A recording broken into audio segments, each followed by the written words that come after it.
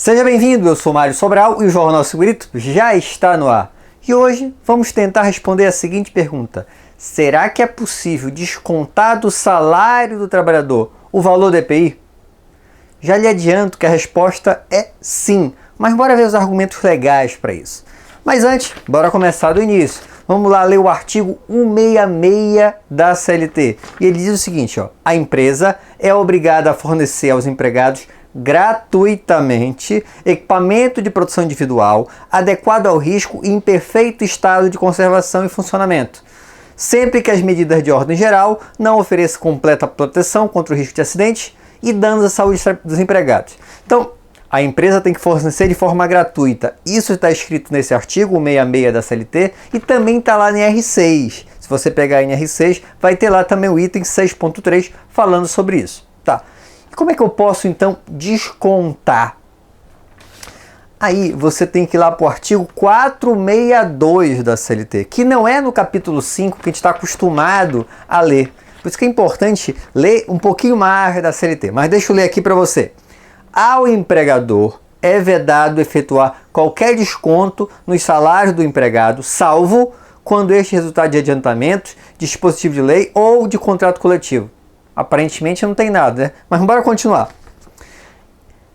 Em caso de dano causado pelo empregado, o desconto será lícito desde que esta possibilidade tenha sido acordada ou na ocorrência de dolo do empregado. Bora começar pela segunda.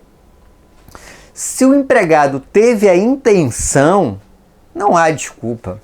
Então, por exemplo, eu tenho lá uma máscara facial completa que pode custar 500, 600, eu já vi até de R$1.000 e poucos. Imagina que o trabalhador, com a intenção de quebrar, quebra aquilo. Eu não vou poder descontar do trabalhador? Lógico que vou. E nesse caso, eu tenho esse respaldo do item 462. Mas ele fala outra situação também, né? Ele fala assim, ó, que há uma necessidade dessa possibilidade ter sido acordada em relação ao desconto.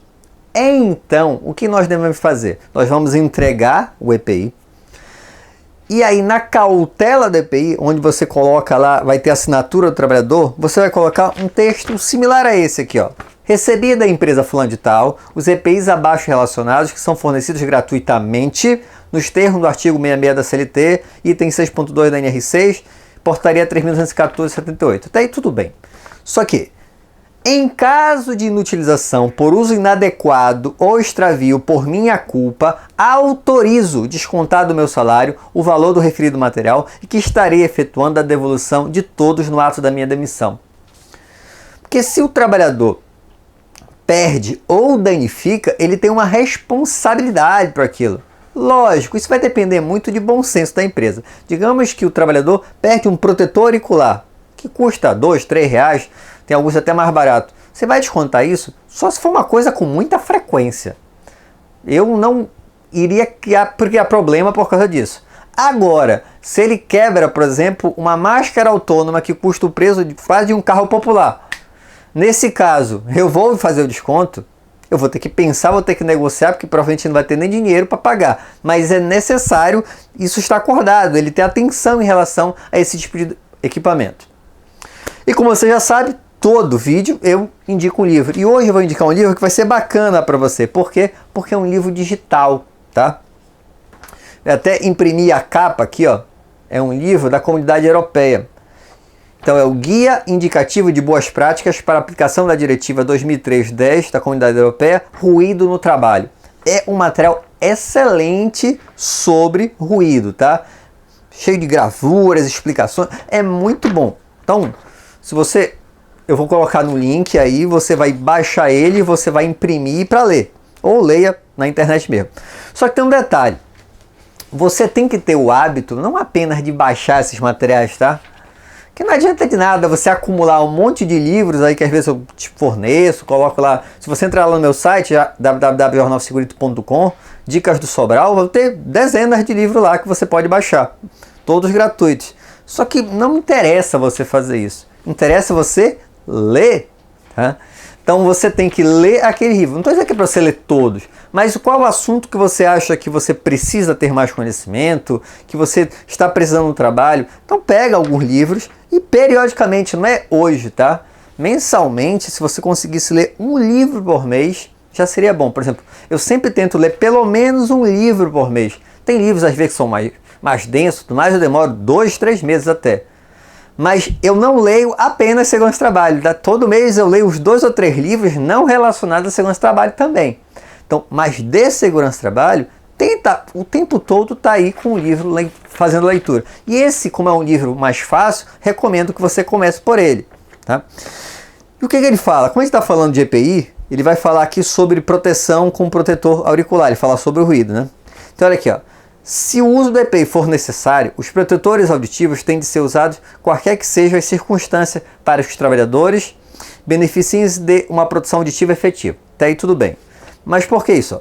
Mesmo uma pausa muito curta no uso dos protetores auditivos reduz sensivelmente a atenuação e proteções efetivas.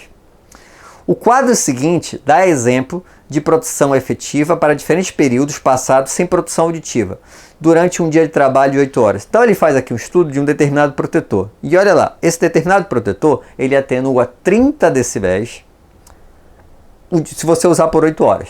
30 decibéis. Agora imagina, é possível que esse trabalhador fique sem utilizar mais ou menos por meia hora? Não é direto, então ele tirou um pouquinho, 10 minutos, depois 5 minutos, coisa e tal, e somou lá meia hora.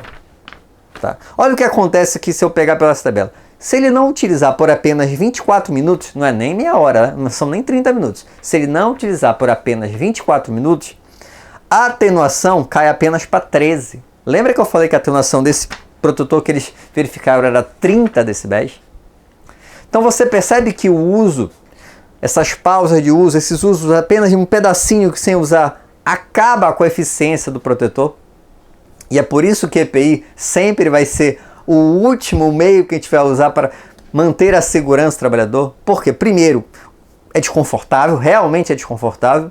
Por mais confortável que seja, é melhor não usar. Então tem toda a questão de ter o desconforto e quando o trabalhador não usa um pouquinho que seja, já tem uma consequência muito grande. Então sempre é bom a gente ver quais são as outras possibilidades ao invés de usar EPI. Depois dá uma baixada no livro que eu volto a reforçar. É excelente esse material. Espero que tenham gostado. Se gostaram, já sabe, né? Curte, compartilha. Se quiser colocar algum comentário aí embaixo, alguma dúvida, coloca aí embaixo ou manda um e-mail para sobralj@hotmail.com. Um abraço e até o próximo programa.